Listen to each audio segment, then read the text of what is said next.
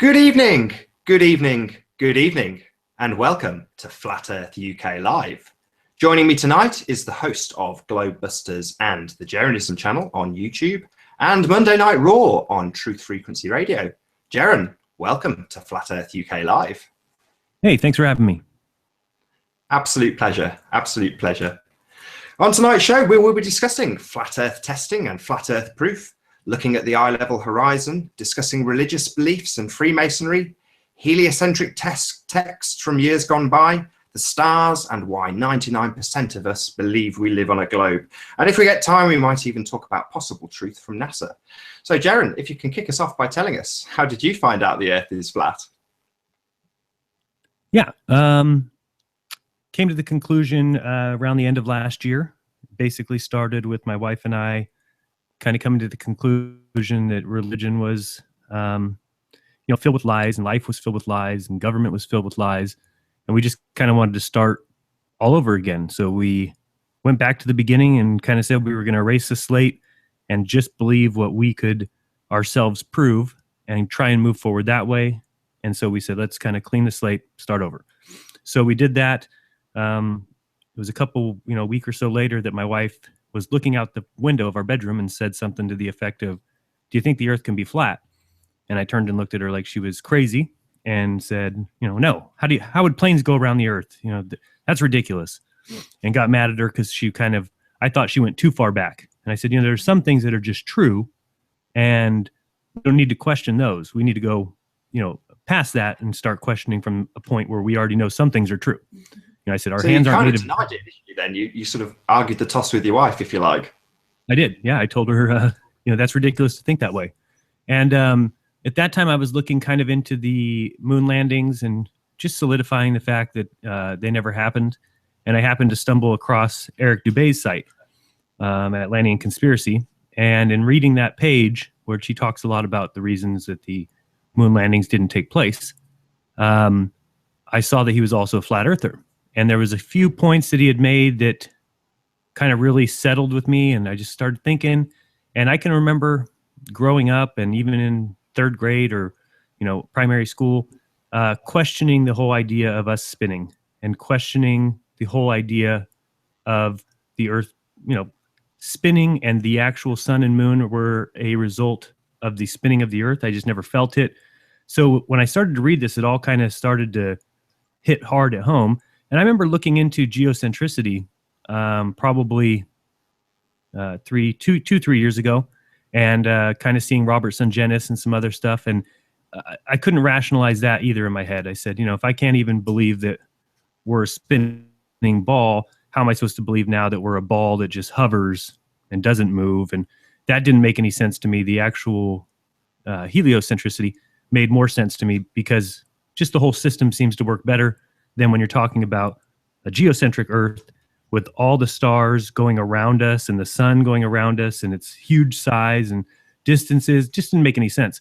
So when I started to read... Maybe the question should be rephrased slightly for you. What was the point that you realized that you weren't on a globe?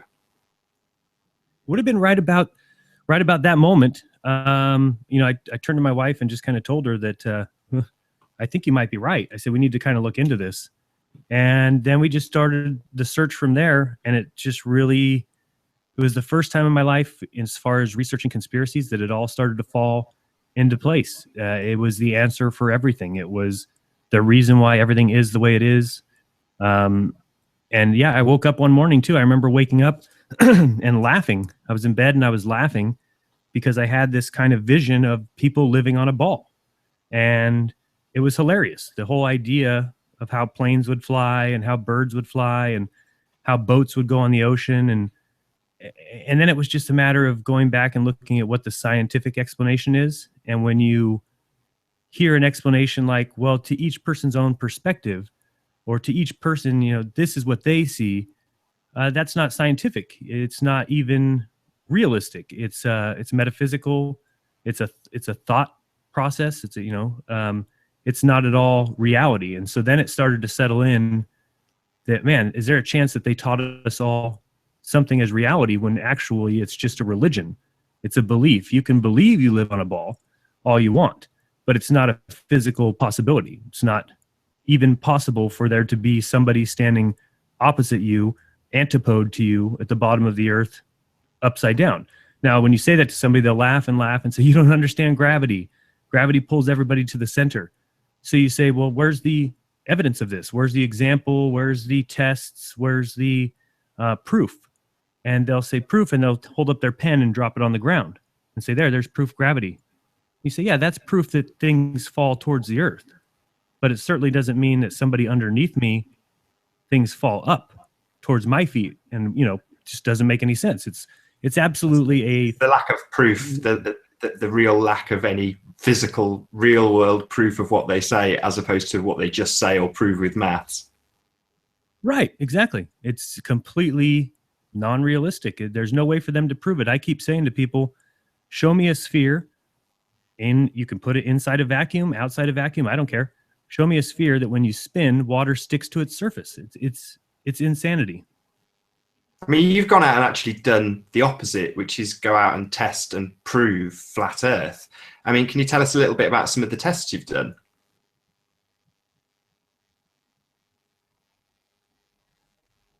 Yeah, sorry, I had my mute on.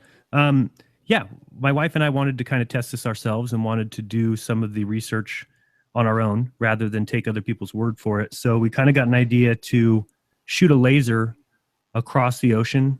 We found a nice section in Monterey here, close to where we live, a 4-mile stretch where from Lovers Point in Pacific Grove across the beach to Seaside is the name of the city, or Sand City, is about a 4-mile stretch across the ocean. So we got this idea that if we could get a laser that would shoot that distance, when you do the math on that, the drop should be 10 feet, meaning 4 miles should be 10 foot of curvature, meaning if we shine a laser across the ocean, it should hit at a spot 10 feet above sea level. If it hit any lower than that, well, the earth isn't curved.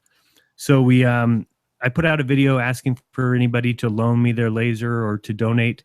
And Bob, my co-host on Monday nights and Tuesday nights, he was gracious enough. He emailed me and said, hey, I like what you're doing. I like the way you're going about this. Can I buy you the laser? So he ended up shipping me a really cool laser. Thing was awesome. You could put a match in front of it. It would light up. It was just incredible little laser. So we went out one night and shot it across the water. The first time we did it, though, when we shot the laser across, we weren't paying attention to the fact that the beam, it grew, it diverged by the time it got to the other side. So my wife was on the other side of the ocean and we were talking on the phone and I said, do you see the light there? And she said, yeah, but it's about 10 foot in diameter. And I said, oh man, well that kind of spoils the whole idea. Now, going back and thinking about it, it actually was sufficient proof.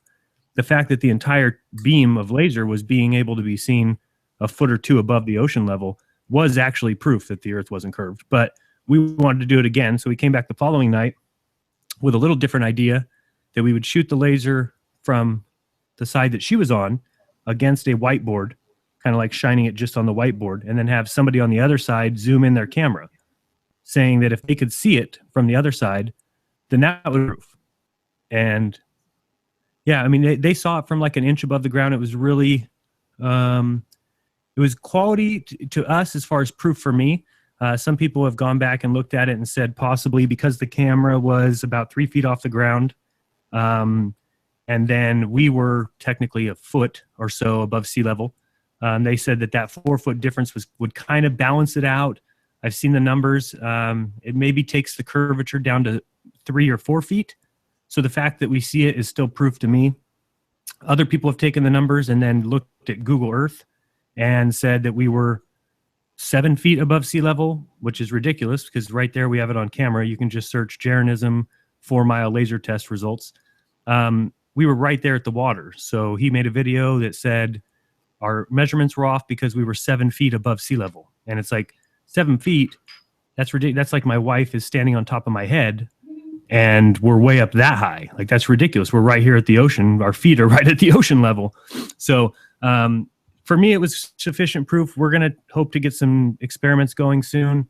I would like to do some distances much greater. I think we'll be able to show 25 miles, 30 miles, a light showing where it shouldn't.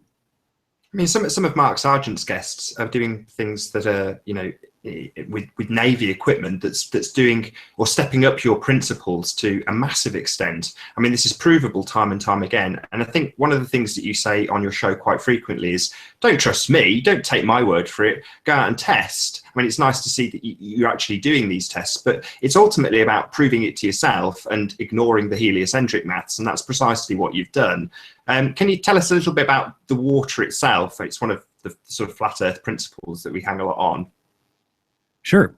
Yeah, I do think it's so important, because I don't think that truth can be, you know, told to somebody. If somebody would have just shown up on a YouTube video and told me that the Earth was flat, I would have thought they were crazy, and I wouldn't even have listened to them. So I understand where they come from.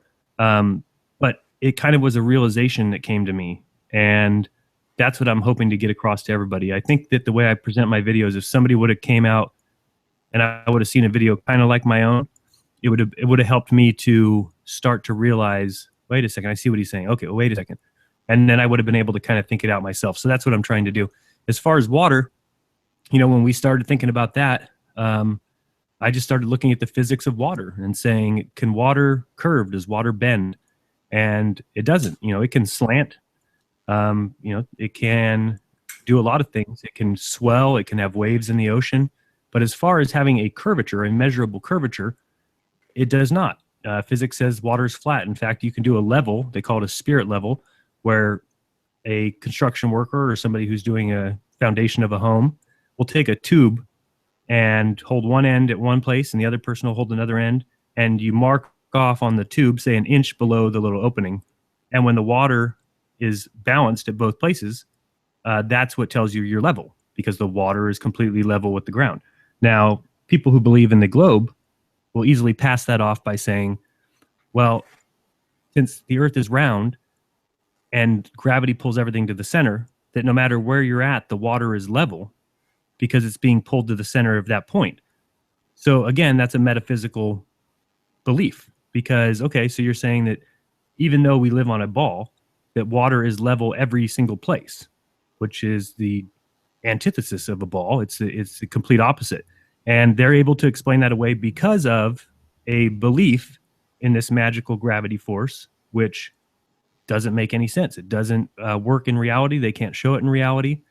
In fact, scientists themselves saw things happening in the universe that they couldn't explain anymore with gravity. So if they were real scientists, they would have simply taken gravity and thrown it out. That's what's required. I was going to come on to this a bit later, Jeran, but as you've touched on it now, your beliefs are often heckled in the comments. I mean, not necessarily religious, but beyond what you've tested, what are your beliefs? Are you asking for a religious point Well, of view? kind of. I mean, obviously, there's going to be a certain point. You could phrase it, what's your favorite theories when it comes to the dome and such, but I know a little bit about you, and I don't want to lead you too much, but obviously you've had a religious upbringing, and I'm kind of, right. I want to give the audience your overall beliefs beyond what you can prove, as well as what you can prove. Sure. I would say that I don't want to really have any beliefs. That's kind of what led us to the problems in the first place. And so, yeah, I had a religious upbringing, was brought up Catholic, went to a Catholic high school, Jesuit-run Catholic high school. Doesn't mean I'm a Jesuit.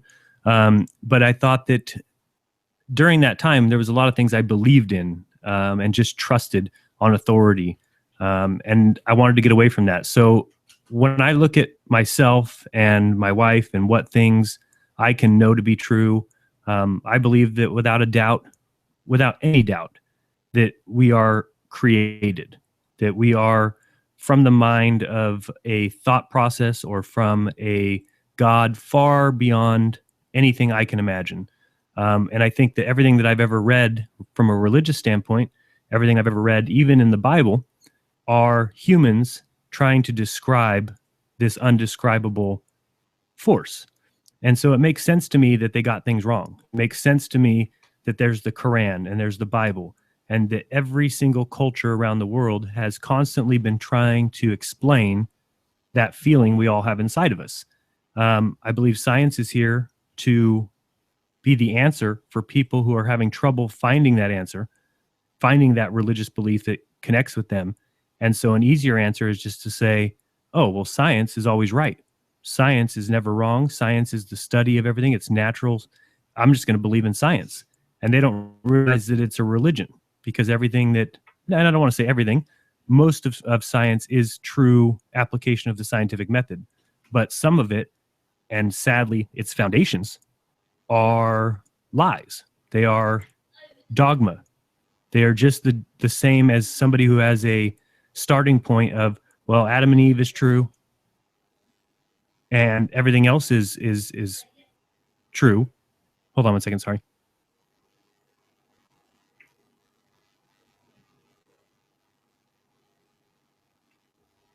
Okay, sorry.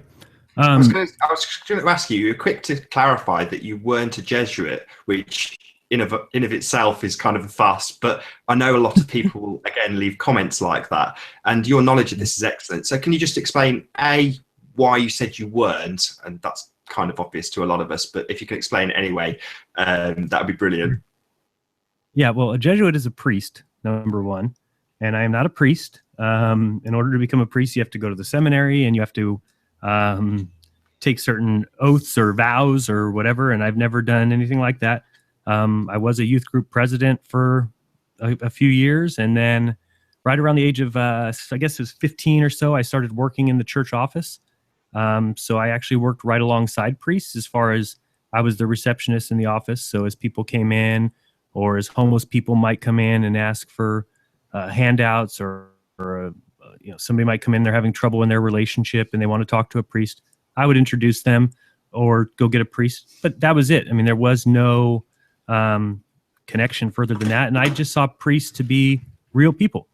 Priests are just like everyone else. They are people who have given up their life because they believe that by giving up your life on earth, that you will be rewarded in the end. And like I said, there is some priests that are bad. Obviously, we've seen tons of reports that would prove that. And we've also seen a lot of things that might say that the Catholic Church itself is completely corrupted from the top down. And I can't deny that, because I worked in a church and I went to a school that had Jesuit teachers. The only thing I would say that was weird about it was that maybe they pushed science. They really did push science as a major point. They, chemistry, biology, science was really big. And that always kind of made me think, man, I thought we're supposed to be religious, where this stuff is not really supposed to be as big as they're making it. Now, of course, it makes all the sense in the world. As a Jesuit-run education, they are just trying to kind of lead people down either path. Either you're going to go down that religious path or scientific, and they've got their hands in both. So they're able to control the world through the controlling of people's minds. Either you're going to believe what they tell you to believe in this area, or you're going to believe what they tell you to believe in this area. So, I mean, have you ever held any other sort of fundamentalist beliefs other than flat Earth? Ask it again, please. Have you ever had any other fundamentalist beliefs?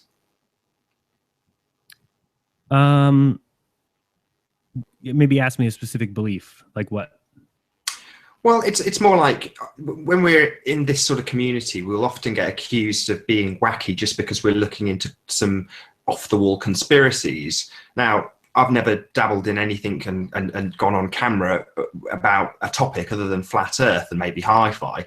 So I would say, no, I've not held any other fundamentalist beliefs. And I just wondered if that was the case for you as well.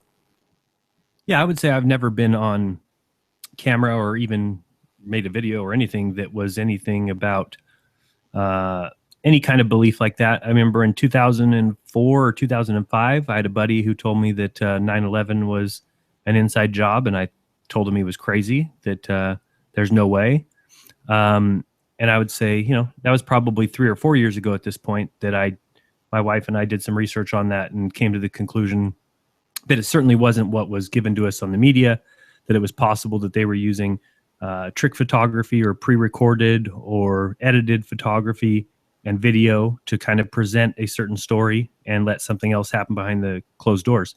Then I started to look into more conspiracies and question NASA, question the moon landings. And then it just became, questioning religion at that point.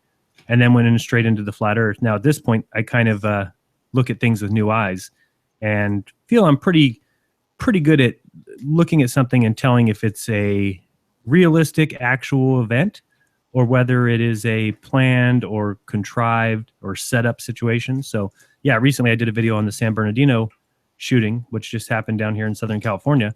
And from the second we saw the film, I said, I don't know, something seems wrong about that. It just never plays out the way reality would. And so I saw your video. I mean, you basically pointed out that they do drills nonstop. And then when they've got the footage from some guy's camera phone, it shows a completely different incident, or the same incident, but at the back of a line of traffic. It was a bit of a farce from what I could see from your video. Yeah, I'm actually going to do the video again and make it shorter just to show the one. I guess people say I rambled too much or no one's going to watch a 25-minute video. So I need to redo it and do it in about 5 or 10 minutes and just show exactly what you just said. Yeah, you can easily see that the car that is shot up at the end with all the bullet holes and the doors open is not the same vehicle that the guy with the cell phone camera is recording. And that'd be fine if they admitted that and just said, oh, he thought he saw the right car. But they're playing it off as if that's the vehicle being chased by the cops, because it is in his video being chased by cops.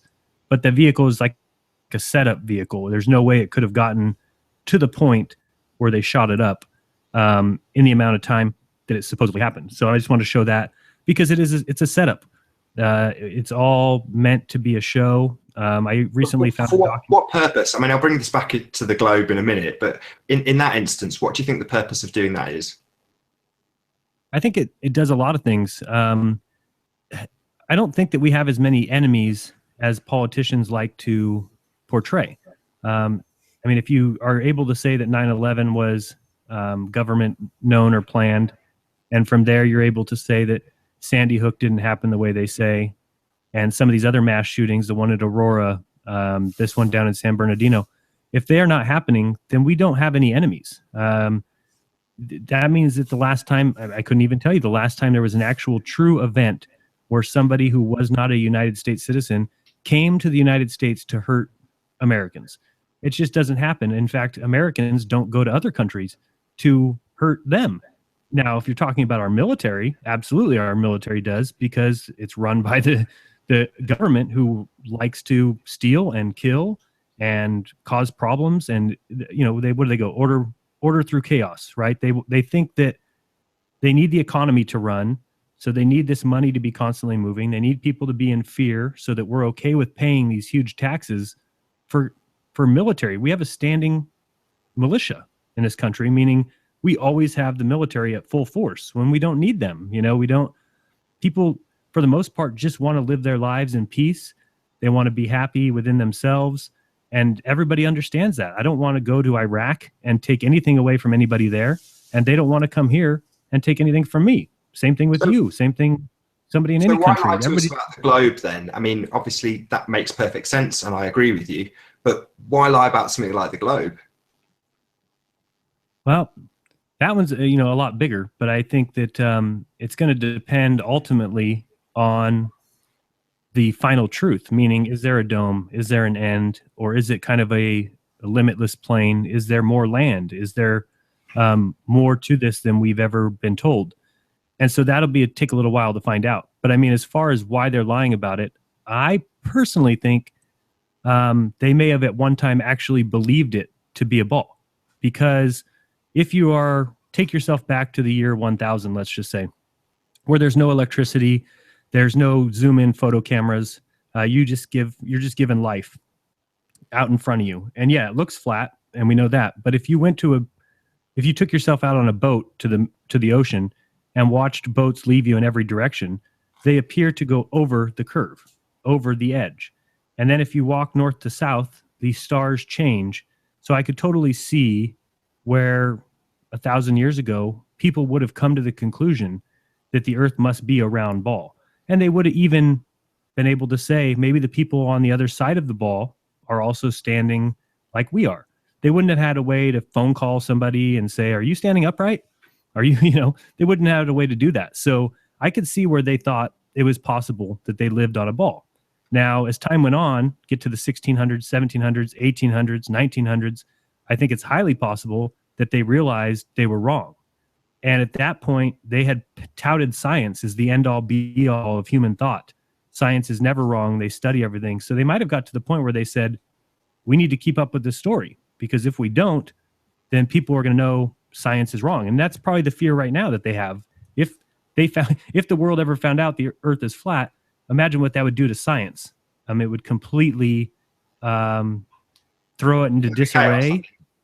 Chaos. Yeah. And I know Mark Sargent said that the religions would take back over, but hopefully people understand that that shouldn't happen either, because all religion bought into the scientific theory as well. I mean, if you ask a Catholic priest if the earth is a ball, they'll tell you absolutely.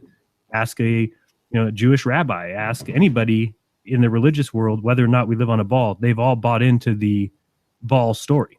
Yeah, I did exactly that. I asked my uncle, who's a pastor, and it was bizarre. I foolishly thought that I'd chat to him, and the conversation, because of what the Bible says, would be a flat earth conversation. I just foolishly assumed he would also believe and understand these principles based on his book, and he didn't. He fought the globe science with me. It was bizarre. That's crazy. Now, my wife's brother-in-law is also a pastor, and they are Bible-believing fundamentalist Christians, and they'll tell you they live on a ball, and they'll tell you that we go around the sun. It's just because the way that it was taught was very smart by these, Masons or whatever you want to call them. They taught it as, we'll teach the lie and we'll teach the truth as being the dumbest theory ever. So you grow up and you hear, flat earthers, people who think the earth is flat. It's clearly a ball. We've done the studies, we've done the math, we've done the scientific exploration to know that the earth is a ball. And usually if you ask somebody, well, how do you know? The couple answers you'll get are, well, of course it's a ball because boats go over the curvature. And if you tell them that if they go to the beach and just zoom in with their photo camera, that boat will reappear. And then also if they just did the real math, a 6-foot person, my height, standing at the beach is supposed to see 3.1 miles to the curvature. But I've personally seen boats 15 miles or greater. Yeah, it's mad. I mean, you just got to look with your own eyes. I mean, one of the things that you brought up just last night on Globebusters was about some of the old books. And without paraphrasing what you said, you kind of hinted at them being changed with the revisions. And the books that you were talking about were specifically globe-based proof books, if you like. Can you tell us a little bit more about that? Ask the question again. Well, on Globebusters yesterday, you were basically explaining that some of the books had gone through revisions, and the scientists, in inverted commas, that were telling you their principles and theories were almost dispelling their own myths and saying anybody who takes this as literal is nuts, and if you take this and put this into reality, it's wrong. But then you said on the next page you'd have something that didn't tie in with the time that they were actually alive. They had more recent proofs that they were talking about in their books. Oh yeah, totally. If you read Lucretius, he's one who wrote about things like that. Also Aristotle. You can tell that those have all been changed, and the fact that we don't have any of those books. In fact, the oldest book that we even have is around 500 years old. There's no older books. All books have been rewritten, condensed, changed. It all doesn't even make much sense when you read a book by Aristotle. For instance, one that they say he wrote in 300 BC, or Lucretius wrote one in 50 AD, because you want to know, well, when did they say they wrote it? Like when was their authorship? For instance, we didn't change the dates till well after that. So they would have had to written in their books a different date completely, but it's been changed and recently updated. So there is no more copy of the original to see what they wrote. It's been changed, meaning you can't verify any of that information. Now, do I think that Aristotle lived? Yeah. I'm not going to say that he didn't live and that he's completely fabricated. But I think it'd be very easy to take one of his old writings, if you had it, rewrite it into a new condensed version, and you would have, at that point, been able to change whatever you wanted. Definitely. Where do the Freemasons tie in with all of this? Well, I think that they kind of know what's going on at the highest level, very highest level, not the lower level Freemasons, just ones at the highest level. If you look at their checkerboard floor, if you've ever seen a checkerboard floor, it falls away from you. The same way that they kind of believe the ground does. The way that they talk about circling the square, squaring the circle, the whole symbology of the compass and square. They were the originators of this country. You know, they were the ones, the founding fathers were Freemasons. And so the entire thing was set up as a kind of occult, mysterious, look at our dollar bills, you know, look at the symbology all over, the pyramid, the eye above the top. It's all pretty clear as far as looking at that. And then if you look at NASA, NASA from top to bottom is a Freemasonic organization who even claimed the moon to be Tranquility Lodge, number blank, number 1 or number 0, whatever. So they've kind of gone around and almost, well, most of astronauts are Freemasons. So it just becomes clear that this is kind of an organization that at the deepest roots kind of runs the world. And it's kind of what I was talking about, having your hand in both things. You have your hand in the religious end of it and your hand in the scientific end of it, so you control all people. Do you think that the same principle applies with things like the Antarctic Circle and what they now call the ice shelf? Are these things being deliberately hidden by potentially Freemasons? What's your take? What's your view? Yeah, I mean, I wouldn't say that there's Freemasons out there guarding it. No. But part of the lie. Yeah, at the highest levels are Freemasons. So they did have to make the Antarctic Treaty, which doesn't allow any of us to go there. Doesn't allow it to be claimed by any country, so that no country could just tell the truth about it. So yeah, there's just individual bases out there. Each country has their base out there, and they're all part of the whole system, which is the tax the people and live your luxurious life, and make sure that the people below you are constantly afraid of outside military interference, so that you're always paying taxes and always looking to your government for answers for everything you need. So it's control. Absolutely, yeah. The control is the whole name of the game. You know, it's the way that you can be on top of anybody, that you can make more money than them. You know, who makes more money in a company, the CEO or the cashier? Obviously the CEO, because the CEO is in control. If the cashier was in control, the things would be the other way around. The cashier would make more money. I mean, do you think there's actually something being hidden, though? In Antarctica? Well, not necessarily in Antarctica. I mean, without paraphrasing other people's theories, we've got NASA and the Antarctic Treaty coming along pretty much at exactly the same time. And the theory goes that they're hiding maybe a dome, maybe more land. Yeah, they're hiding the truth. So you know, if I was able to just say what that was, then they wouldn't be doing a very good job of hiding it. Quite right. But that's what we're trying to find out. I mean, the saddest thing about this whole thing is if I or you were in charge of NASA tomorrow, we would have all the answers. So the saddest thing is there is somebody who knows, and they just simply continue to put out a lie, because it's you know, gives them control, gives them money.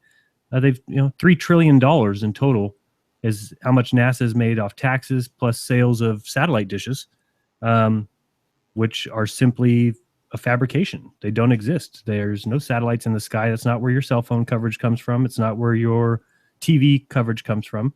It's just simply what they tell you.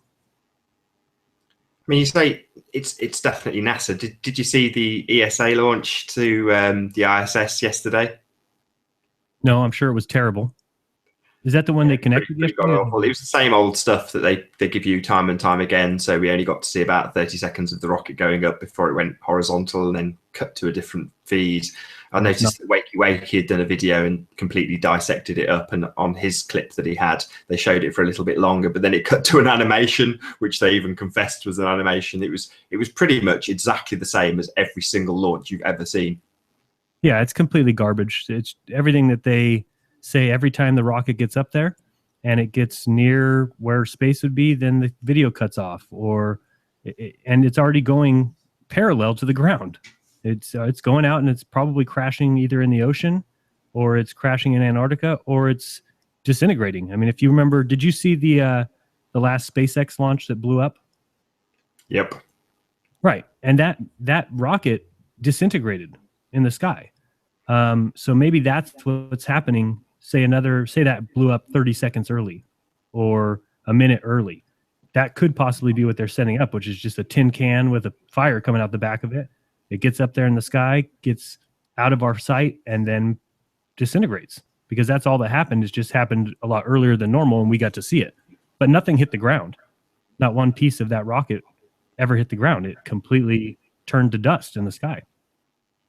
I mean, do you think we actually get much truth at all out of NASA? I mean, it can't all be lies. Oh, I think it's all lies. No, I mean, obviously we get aerial footage, pieces that they use to make Google Earth, also maps. Those kind of things are pretty true as far as the view, not necessarily that when they wrap it around a ball.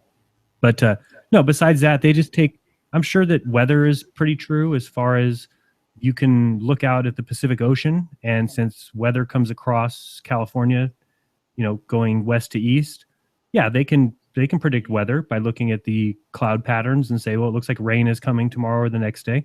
So we get that from them, but we don't get anything else. It's all lies. It's all, and jobs and a part of the economy running comes through them. But it's all lie. We shouldn't be paying for lies. No, definitely not. I mean, I'm not going to say you don't do this now, but it was slightly more prevalent on your earlier shows. You would always dice up the eye level horizon because it's probably the best way of dispelling the curve. But can you just give us a little bit of a talk on the horizon? Sure. You mean from the horizon should be about 3 miles away from you if you're standing at the beach. And one of the weird things is, if you kind of picture yourself standing at the beach right now, if you look out at that water as far as your eye can see, all of that water is below your feet. But to your perception, the water rises. The water rises to your eye level. Now, it doesn't physically rise. I'm not saying that it physically rises, but it's the way our eyes work. That we don't look at the water and think that everything that we see is below our feet, when it is. Our feet are at the beach. All the water is below the beach level. So when you watch a boat go out and it starts to disappear over the curvature, what's actually happening is the boat is being covered by the waves in front. And as you rise up in altitude, I mean, one of the things that I try and get across to people when they show me curves from high altitude is that as that camera spins, the horizon's always at eye level. In other words, you might see a bend because of the camera lens, but the horizon itself is always at the same point. Correct. And that wouldn't happen on a ball. If you think about taking off in a plane, the horizon rises as high as the plane rises. It's always at your eye level. Now, same thing at the beach when I talked about water being below your feet. If we were on a ball, your eyes would not need to compensate by bringing the water far away from you to your eye level. That's happening because you're on a limitless plane, or it's at least limitless from where you can see.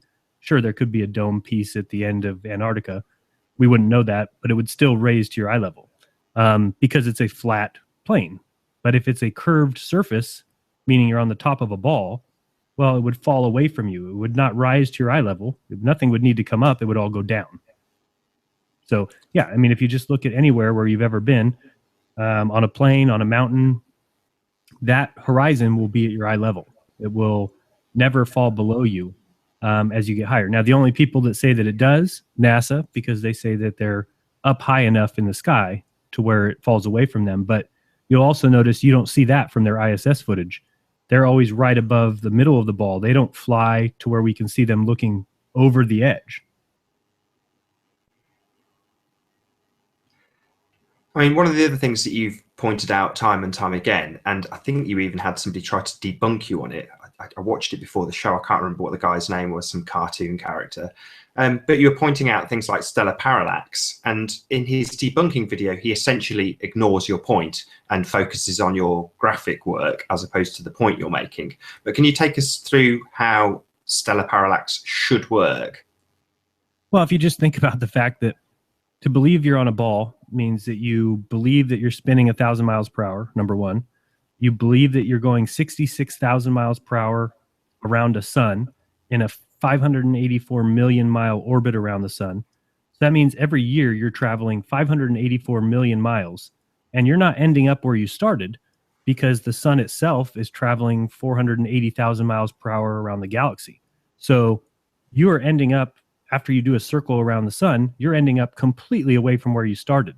Yet January 1st, every single year, the stars reset the exact same above our head. That would be impossible if you were traveling through space. The stars would have changed their location, but the North Star is the North Star today. It will be in 10 years. It will be in 20 years. It'll be in 30 years.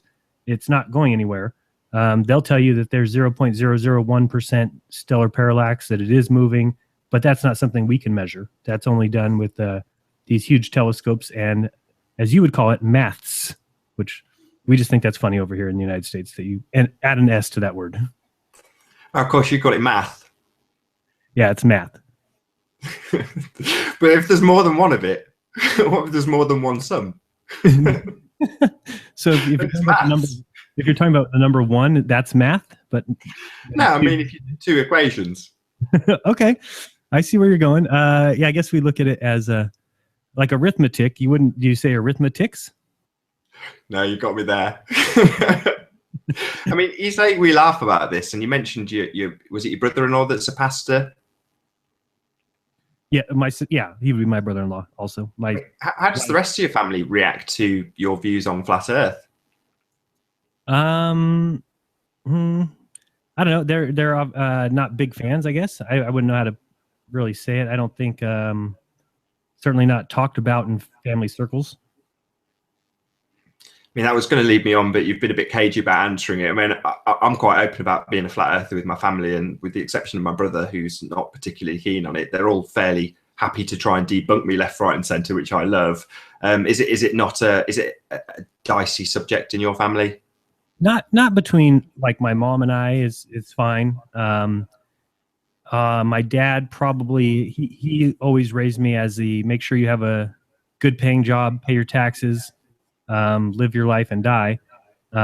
Something he probably just doesn't worry about, doesn't think about. So I just don't talk to him about it.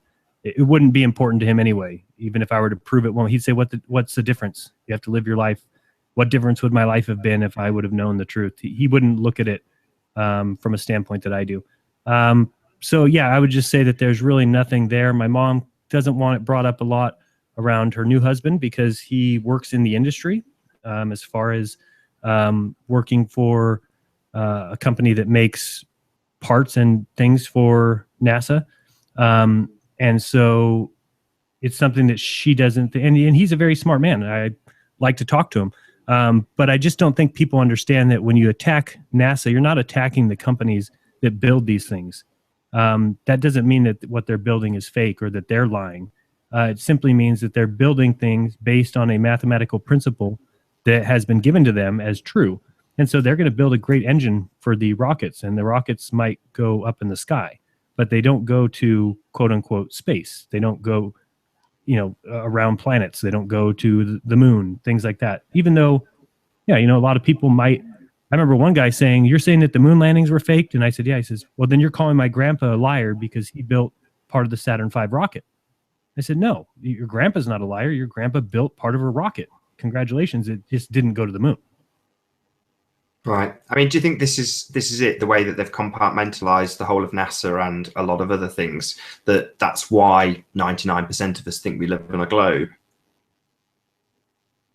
Yeah, I mean, as far as why they compartmentalized it, yeah, because you can't have people at the low end knowing the ultimate truth. In fact, if you look at the NASA launches and they've got the 10 people or 20 people sitting at these computer screens, they don't realize that the information that's on the computer screen can be easily programmed to be shown to them.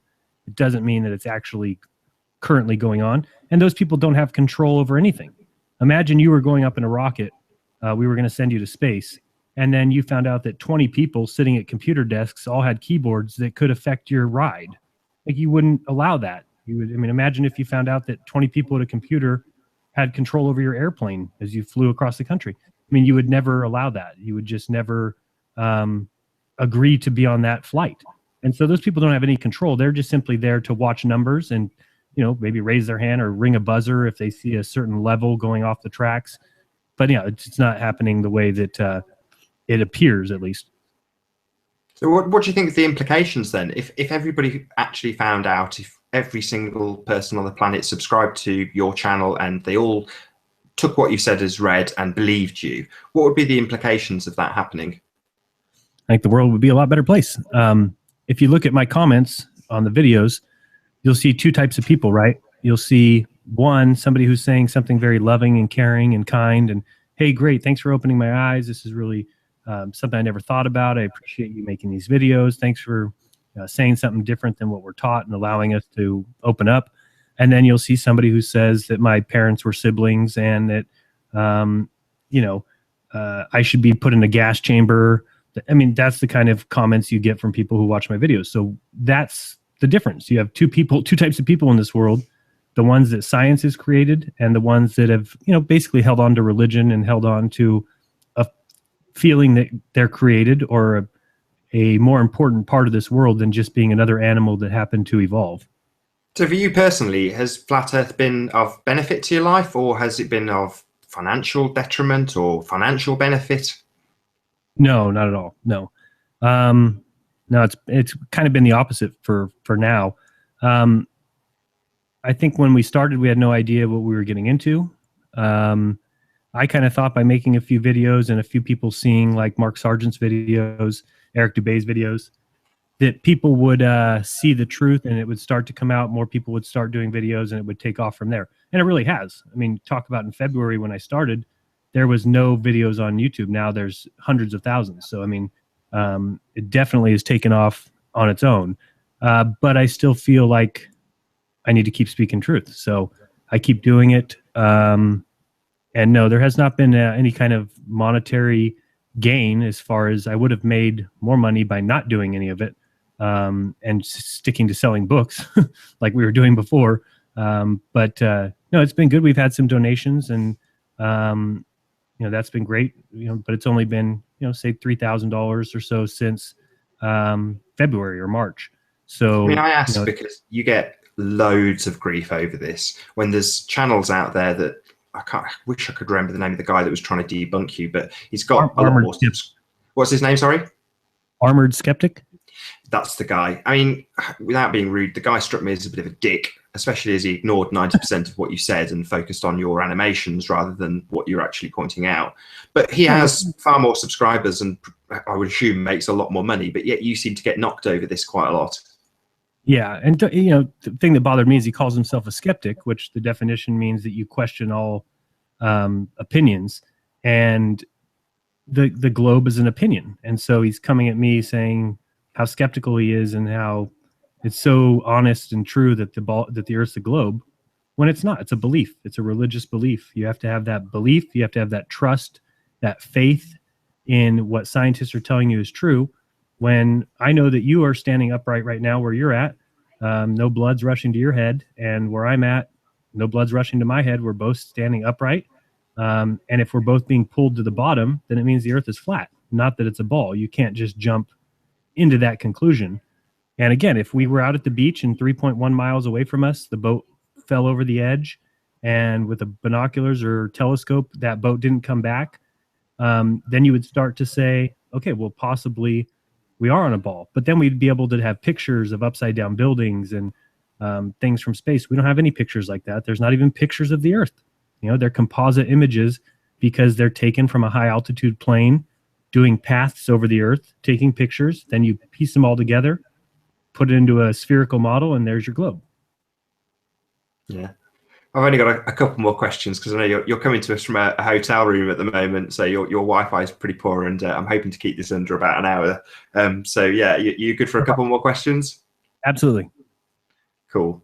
I mean, on a personal level, do you actually, what we're doing now, do you enjoy this? Do you find this stressful?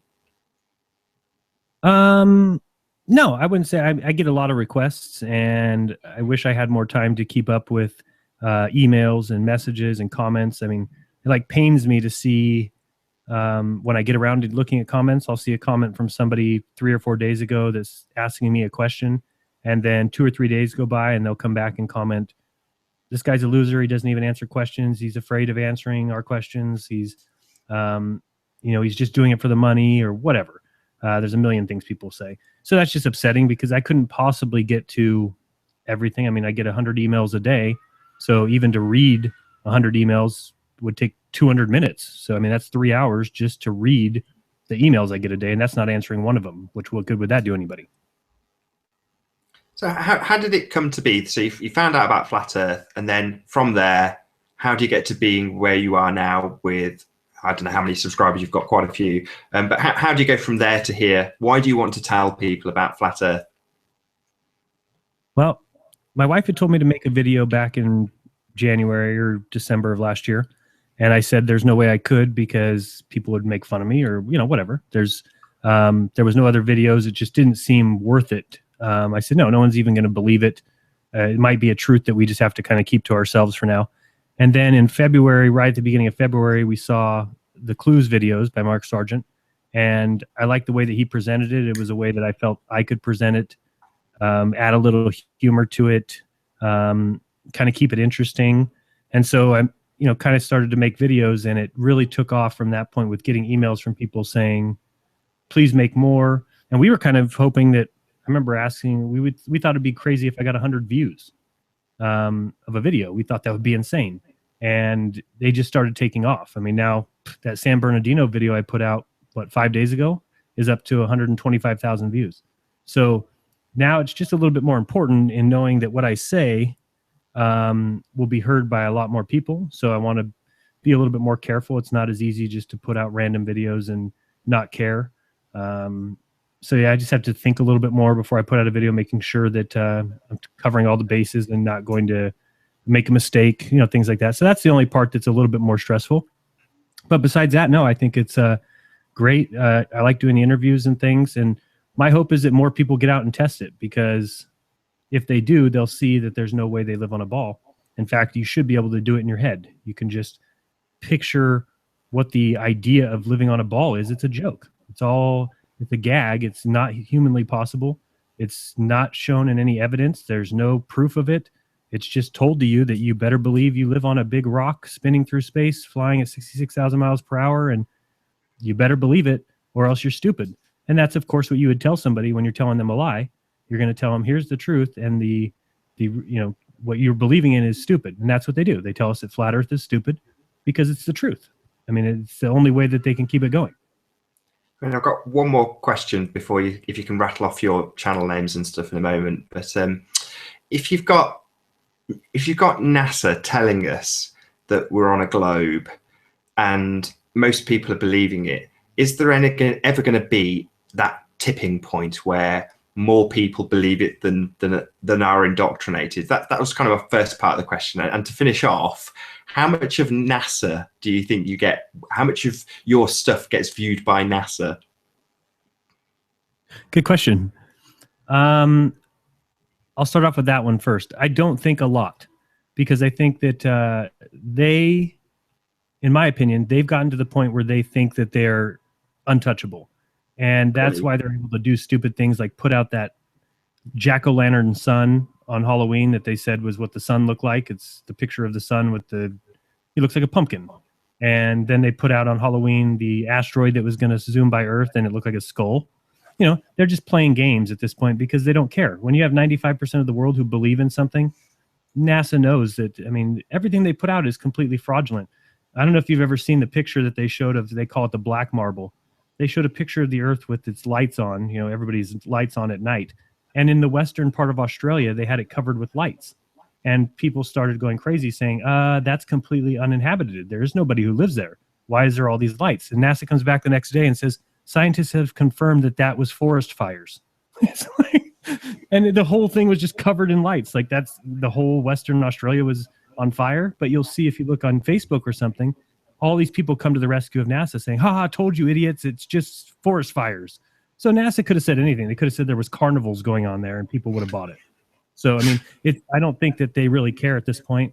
You can kind of tell that they've kind of pushed a lot of the, back in the day when you had Werner von Braun and James Webb and all these guys running NASA, their names were kind of out in the open. Nowadays, we know who James Bolden is, but that's it.